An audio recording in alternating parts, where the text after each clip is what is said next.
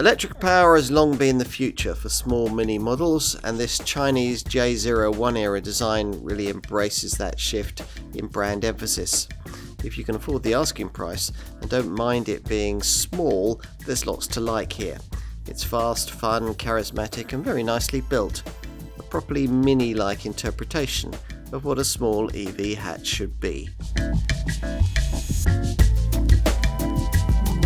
Mini's small electric hatch is as engaging as ever in its latest form. Here, we're going to tell you why. EV-powered Mini models have actually been with us for an awful long time now. Mini E prototypes were first produced as long ago as 2008. But curiously, 12 long years followed before the brand actually put a battery-powered model into production, the R56-era MINI Electric of 2020. Which was particularly strange as the BMW part of this Munich conglomerate had launched a car in this segment, the i3, in 2016. Despite its lengthy development period, Mini's first R56 design was a bit of a bodge job, basically an electric version of the F56 combustion model. But with its successor, this J01 design, things are very different. Ostensibly, there are two versions of the current era Mini hatch, but the combustion F66 model we've already tested for you is really just an overhauled version of its predecessor with fresh panelwork and a new interior.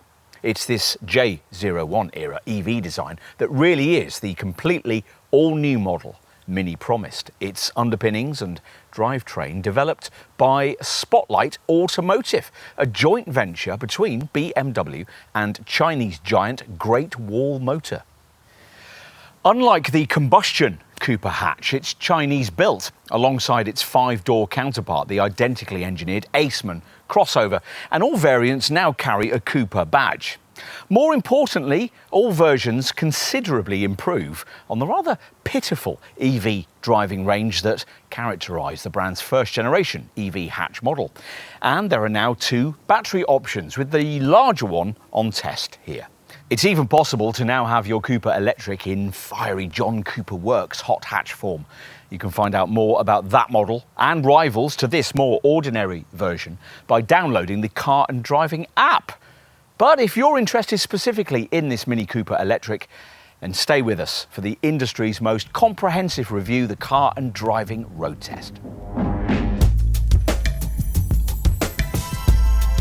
Do small EVs really need to feel this fast? Maybe that's a discussion for another day, but the bottom line is that this one does, particularly in the bigger battery form that we're trying here. Torque steer, that writhing of the wheel in your hands under harsh acceleration, is alive and well, almost like it was in turbo hot hatches of the 80s. But, as long as conditions are dry, you'll only notice it if you give in to the temptation to drive this car in the kind of manner its fieriest go-kart drive mode encourages. Speed might be the first thing you'll notice here, but what was more important for BMW to achieve with this J01 era Mini Cooper Electric was a dramatic increase in drive range. The main reason folk didn't buy the original R56 era electric hatch model was that it often struggled to break the 3-figure mileage barrier between charges if you drove it hard. That car didn't have a larger battery because it couldn't accommodate one, and even if it had been able to, all that bulk would have ruined the brand's trademark agile mininess. So sorting that issue was a huge challenge with this replacement car. So great a feat, in fact, that the Munich engineers had to join forces with Chinese conglomerate Great Wall Motor to do it. Endless work was done on an all-new Spotlight Automotive platform to allow this car to shrug off the considerable extra bulk of two new batteries, much heavier than the original model's little 35.6 kilowatt-hour unit.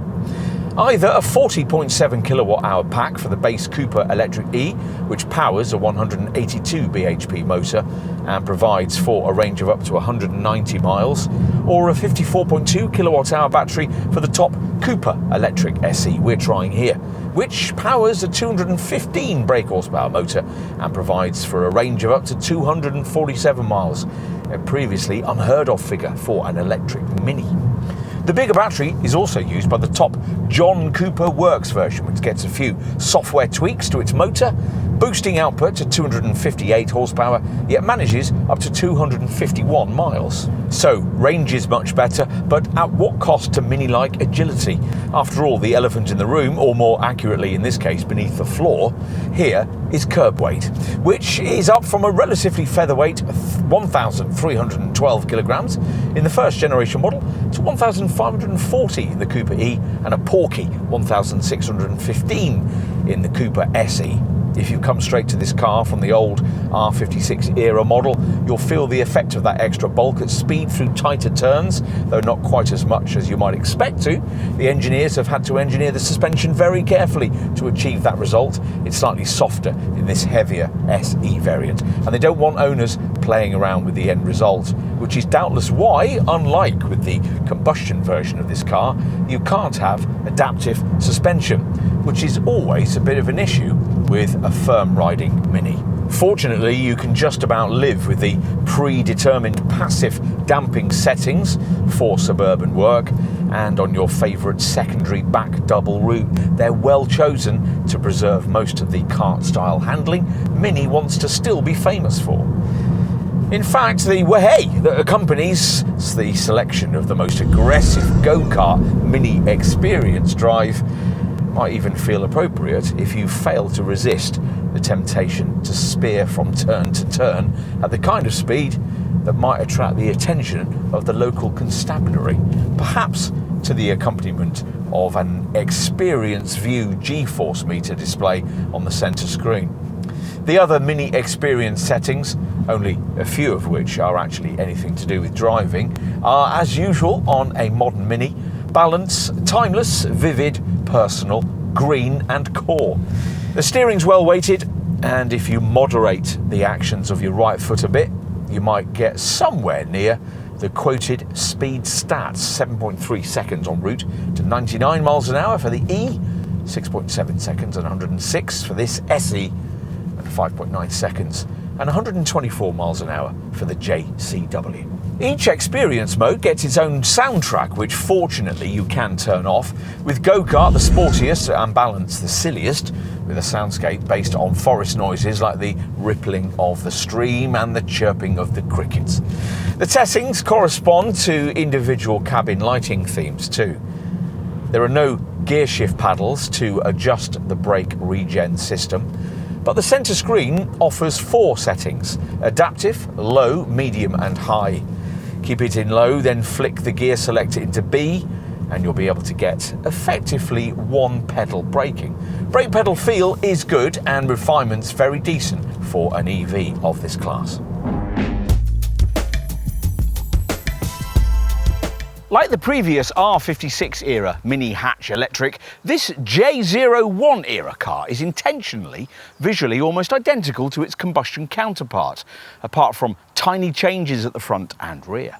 And also as before, you can't have it with 5 doors, though in time there will be a convertible version.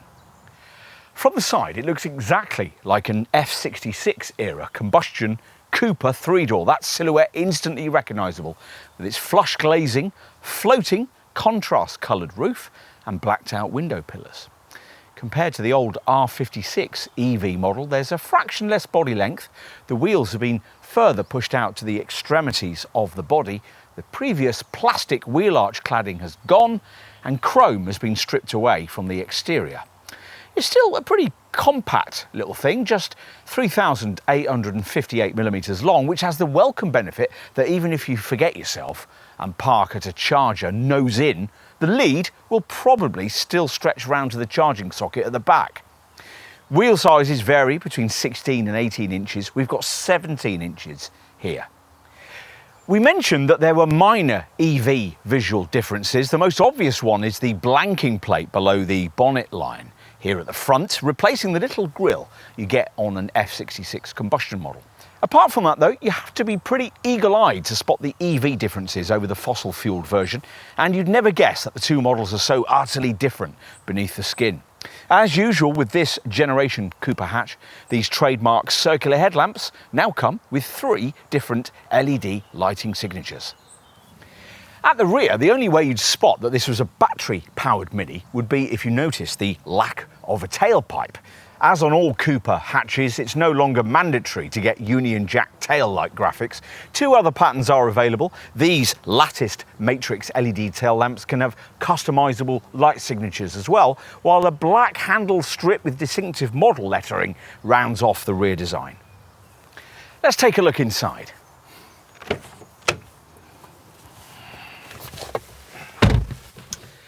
It's even more difficult to pick up EV model changes here inside, where, as with every Mini, the cabin centrepiece remains a familiar large circular central display, here 9.5 inches in size.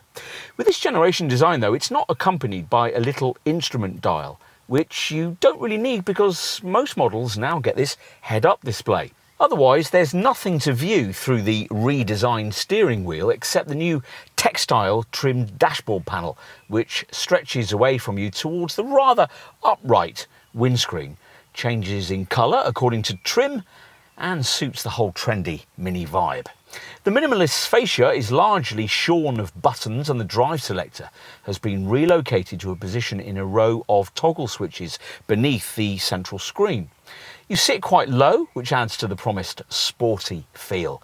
There's horizontal fascia vents and nice little fashion touches like a contrast coloured tab in front of the passenger, the fabric lower steering wheel spoke, and this branded Mini box between the seats. We mentioned this large 240mm centre touchscreen, which you're going to have to get to grips with in driving this car, as it controls just about everything. There are shortcut lower buttons, while in the top section, power and fuel readouts flank a digital speedo, which sits above a big central section that, at the press of the lower home button, displays with either dedicated content or rows of little icons. With the dedicated content, you swipe left through phone settings, navigation, mapping, radio, voice control, weather, trip data, and an analog clock. The icon screen, meanwhile, gives direct access to lots of individually useful features like Wi-Fi and the Mini Connected Store, plus Alexa and Mini Personal Assistant voice control, which, to get to work, you'll have to set up a Mini Connected online user account, then download it into the car. Climate controls are permanently displayed, and by swiping upwards from the bottom edge of the screen, users can access what Mini calls a tool belt, where preferred functions such as frequent destinations and radio stations can be saved for quick access. If you use the wireless phone mirroring setup, Apple CarPlay and Android Auto show as rectangles within the circle, though only the Apple system fills the whole circumference of the round OLED display. Third-party apps like Spotify fit and work on this display, of course, too, and you can also play games on it like Mattel's classic card game Uno. Are there issues? Well, yes, of course, a few. Not having an instrument display means you have to keep looking at the central screen for things like indicator activation. The head-up display takes a chunk out of your view ahead at night. The leatherette upholstery doesn't feel as nice as the tweed-like seat coverings fitted to the old Mini Electric, and the chunky A-pillars can sometimes restrict your visibility a bit at junctions. But you sit comfortably, and build quality is class-leading, in our view, setting a new standard for Super Minis. Cabin practicality is a mixed bag. The door bins are almost useless, and this armrest looks like it might conceal some storage space, but alas, doesn't. But there's a decently sized glove box and stowage space by the Mini box between the seats, where you'll also find twin USB-C ports and a 12-volt socket. There are cup holders at the base of the centre stack, below the wireless phone charger most owners will specify. Right, time to take a look in the rear. Now, those planning to use these back seats with any sort of regularity would obviously be much better off with the Aceman crossover version of this same design. But to access the rear here, there's this little strap on the seat shoulder that allows the seat back to fold forwards and the whole seat to slide if you give it a push. Once you cram yourself into the back, there's less space for heads and legs than virtually any rival you can think of, but then that's always been the case with a three-door Mini. And this rear bench is restricted to 2 people. The backrest angle is quite comfortable though, and there's fractionally more knee room than was offered by the previous generation EV model. Mini provides storage pockets in the front seat backs, plus a large cup holder, and you get ISOFIX fittings, though it would be a bit of a struggle to get child seats in. Opt for the panoramic roof we have here, and headroom slightly affected, but a 6-footer would still almost fit. We'll finish by taking a look in the boot, which takes 210 litres, exactly the same amount as the combustion model, and actually only 90 litres down on the Aceman. There's an adjustable height floor, which you can't really see the point of because there isn't really enough cargo area depth for it to operate properly. The boot's square shape means that awkwardly shaped items like pushchairs should just about fit, but it's accessed via this rather high loading lip. There's a shallow rectangular area under the boot floor for the charging lead, and to help fit boxier luggage in, it's possible to lock the rear seat backs into a more upright position. Fold down, the 60-40 split backrest and luggage capacity expands to 800 litres. As usual in this segment, there's no under bonnet frunk space. As we filmed in summer 2025, prices for this EV model were starting at around £27,000 for the 40.7 kilowatt-hour Cooper Electric E. It was around £30,000 for the 54.2 kilowatt-hour Cooper Electric SE. And at the top of the range is the John Cooper Works electric version, which, as we filmed, was priced at around £35,000. Overall, think in terms of needing around £1,500 above what you'd pay for an equivalent combustion mini hatch model, and around £2,000 less than you'd pay for an equivalent version of the car that shares identical engineering with this Cooper Electric, the Mini Aceman small crossover, which you'd choose if you wanted the extra practicality of 5 doors. As for rivals to the car we have here, well, the smaller battery Cooper Electric E is clearly aimed at people looking at similarly priced, small, fashion-conscious EV hatches like the Fiat 500e, and maybe also 5-door models in the segment like the 49 kilowatt-hour Hyundai Insta and the 150 horsepower version of Renault 5's E-Tech Electric and its clone, the Nissan Micra. There's also the car this Mini now shares much of its engineering with, GWM's Aura 03, another 5-door model, though one that can undercut this Mini by a couple of thousand. Other class contenders like the Honda E and the Mazda MX-30, which used to compete with the earlier generation version of this EV Mini, now don't really have the range to make themselves realistic rivals. Mini's real advantage in this segment, though, now lies in offering the larger battery Cooper Electric SE model we're trying here, because there's nothing else in the class with 3 doors and a dash of spirit that's quite like it. Even the top John Cooper Works version has its place. Yes, it looks an expensive proposition compared to, say, a rival Abarth 500e, but offers a much bigger battery in compensation. If, having considered all of that, it's a Mini Cooper Electric of some kind you do want, then you're going to need to know just how generous Mini has been with standard specs. So let's take a look at that now. In the core of the lineup, what you get depends on your choice between the 3 mainstream trim levels: Classic, Exclusive, which is what we have here, and Sport, before you get to the John Cooper Works model, which has its own standalone spec at the very top of the range. Standard equipment across the lineup includes LED headlights, LED tail lamps, auto headlamps and wipers, rear parking sensors, a rear view camera, cruise control and Mini Experience drive modes, plus an e-drive exterior sound and a heat pump to maintain driving range in cold temperatures.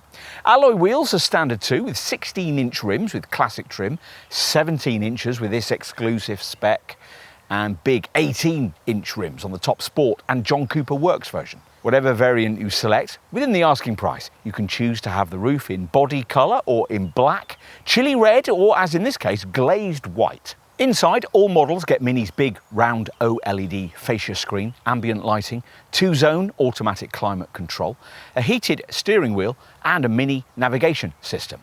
Upholstery is usually in a cloth and Veskin leatherette combination, available in either black or grey. Mini boasts that this J01 generation Cooper electric hatch is one of its most connected cars ever, courtesy of a revised My Mini app. You'll need to sign up to a Mini connected account, which takes just a couple of minutes, to make the most of all its media wizardry. The car's round Mini interaction unit screen comes with built-in Alexa as well, and via the inbuilt personal assistant voice control setup, owners can choose digital depiction of a British bulldog named Spike as their screen avatar of choice. Plus, the infotainment system includes wireless Apple CarPlay and Android Auto, Wi-Fi and access to the Mini connected store. Third-party apps like Spotify fit into and work on the central screen as well, and you can add a digital key to your chosen spec that will allow you to open your car via your smartphone or smartwatch. If you're on a budget and are getting set to settle for that base classic trim, bear in mind that you'll need to find £2,000 more for the Level 1 equipment pack, which includes quite a few things you might want, specifically adaptive LED headlights, comfort access, keyless entry, power folding mirrors, front heated seats, a high beam assistant, a head-up display, an auto dimming rear view mirror and a wireless phone charger.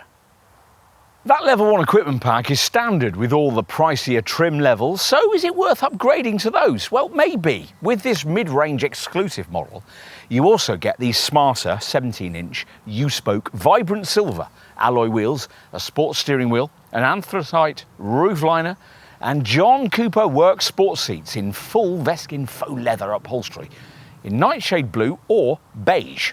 Plus, there's the option of a blue multi-tone roof. Sport trim, meanwhile, includes John Cooper Works lap spoke two-tone 18-inch wheels and John Cooper Works sports seats with Veskin cord combination JCW black upholstery. Chili Red 2 paint is standard at this level, plus there's the option of exterior sport stripes. The John Cooper Works model gets all the features that will be fitted to a standard sport variant, plus its own unique spec with 18-inch JCW wheels and a JCW Sports steering wheel, plus niceties like a Harman Kardon surround sound audio system and a panoramic glass sunroof. What about options across the Mini Cooper electric range? Well, with all mainstream models, you can add the Level 2 pack we have included here, which is standard on the John Cooper Works model, and includes a Harman Kardon surround sound audio system, a panoramic glass sunroof and sun protection glass. If money's still left in the budget or on your finance plan, you could further upgrade to Mini's Level 3 pack, which includes power adjustable front seats with memory settings, an active driver's seat, more detailed augmented reality navigation, and an interior camera that records theft break-ins and can allow you to send journeying pictures to your friends via social media. The Level 3 pack also includes the brand's Parking Assistant Plus 360-degree camera system, along with active cruise control, featuring a stop-and-go function, a setup which virtually drives this Mini for you at highway speeds. Away from packs, it's unfortunate that, unlike with the combustion model, there's no option to add adaptive damping to calm the rather firm ride. Bear in mind that across the various trim levels, many of the exterior colours you might want cost extra. This blazing blue paintwork, for instance, which costs an extra £550. On to safety provision. Now, this J01 generation Mini Cooper Electric has been rated a top 5 stars by Euro NCAP. At a minimum, all Cooper electric models come with the contents of Mini's driving assistant pack. This includes forward collision warning with brake intervention, lane keep assist, blind spot detection, rear collision prevention and vehicle exit warning. There's driver monitoring too, and thankfully, unlike some rival systems, it's not too intrusive. Talking of intrusive features, we were pleased to find that the mandatory traffic sign recognition run speed limit assist chime could be easily turned off via a long press of the cruise control set button. We gave you the battery range figures in our driving section in more detail. They're officially quoted at 179 to 185 miles from the electric E model's 40.7 kilowatt hour battery, only 36.6 of which is actually usable. 239 to 247 miles on the electric SE variants, 54.2 kilowatt hour battery, 49.2 kilowatts of which is usable, and 226 to 251 miles for the JCW version. Depending on variant, Mini reckons that this Cooper Electric should manage an efficiency showing somewhere between 3.8 and 4.3 miles per kilowatt hour. With our tests, it'd certainly be more like 3.8. Various tools help you maximise range, obviously the green Mini Experience mode, and there's a charge optimised routing function for the navigation. Laudably, Mini has standardised a heat pump, which is relatively unusual in this segment, so you should be able to maintain your usual range figures, even in really cold conditions. What about charging? Well, we don't expect much here because the base Cooper E can only charge at an almost unacceptably feeble rate of 75 kilowatts. Even this bigger battery, Cooper SE, only manages a maximum of 95. To give you some class perspective, a Volkswagen ID3 can manage 135 kilowatts or more. Mini needs to urgently work on this. Even so, on all models, a 10 to 80% DC public charge can still be completed in either 28 minutes for the E or 30 minutes for the SE and JCW. You'll probably be able to live with that. For AC charging at home, full battery replenishment for a Cooper E using a typical 7.4 kilowatt wall box needs just under 6 hours. It'll be just under 8 for this SE variant. If your property can sustain an 11 kilowatt wall box with a 3-phase supply, you can reduce those times to 4 hours and 30 minutes or 5 hours and 15 minutes respectively. As we filmed, the AC charging cost to fill this Mini's battery was around £12.75 at a typical 30 pence per kilowatt hour household rate. Public DC charging will of course cost you more depending on how and where you do it. By using Mini navigation, the vehicle will ensure the high voltage battery reaches the ideal temperature for efficient charging in advance, thus reducing charging time. Customers can also optimise charging for their schedule, setting charging start times, active charging windows, and target battery capacity by departure time. Finally, drivers can instruct that the interior cabin is air conditioned by a set departure time. The My Mini app provides a convenient overview of the vehicle status and charging process, including current battery status, charging optimised route plan, and charging history. If you're converting to an EV from a previous conventional combustion model, you'll obviously need to factor in the cost of an EV charger for your home and perhaps also your office. There's still complexity around the best charging hardware to choose and who's eligible for a government grant. And obviously the cost can vary depending on the distance from your main meter to the charger and other factors. There's lots of advice out there, of course, to guide you. We consulted plugmein.com, who offer customers everything from choice of charger to installation and ongoing maintenance. What else? Well, as we filmed, EV benefit in kind taxation for the 25-26 tax year was set at 3%. And as you probably know, electric vehicles are no longer exempt from VED road tax and now have to pay the London congestion charge, though they are still exempt from charges in the London ULEZ zone. As expected, there's the normal mediocre 3-year unlimited mileage warranty, and the battery has its own 8-year or 100,000 mile warranty. Most customers here will want to buy into the provided Mini Electric pay monthly service plan to manage maintenance costs. There's a vehicle status section at the centre screen with a graphic of the car rising on a workshop ramp, which offers a tyre pressure monitor, details on battery temperature, a check control and servicing interval updates. Residuals should be strong, and Mini itself offers fully comprehensive insurance, but you might find that your own broker can improve on the premiums your dealer can offer. Insurance groupings start from 20E for the Cooper E, it's Group 26E for this bigger battery SE, and Group 26 for the John Cooper Works model. If you can avoid the carping conclusion that this is the Mini Electric we really ought to have had from the very beginning, there's lots to like about the company's second generation EV small hatch. The brand hasn't attempted to broaden this model's customer demographic by making the car bigger or the ride less unyielding, but dedicated Mini hatch followers will probably rejoice to see that. Better a Mini that knows its market. And if you fit that product remit, but wished the original model had a longer operating range and a bit more technology, you're well served here. You could argue this to be the most characterful Mini model BMW has yet made. It's certainly a refreshing antidote to some of the other rather vanilla EV offerings in this segment, and a properly modern interpretation of the Issigonis original.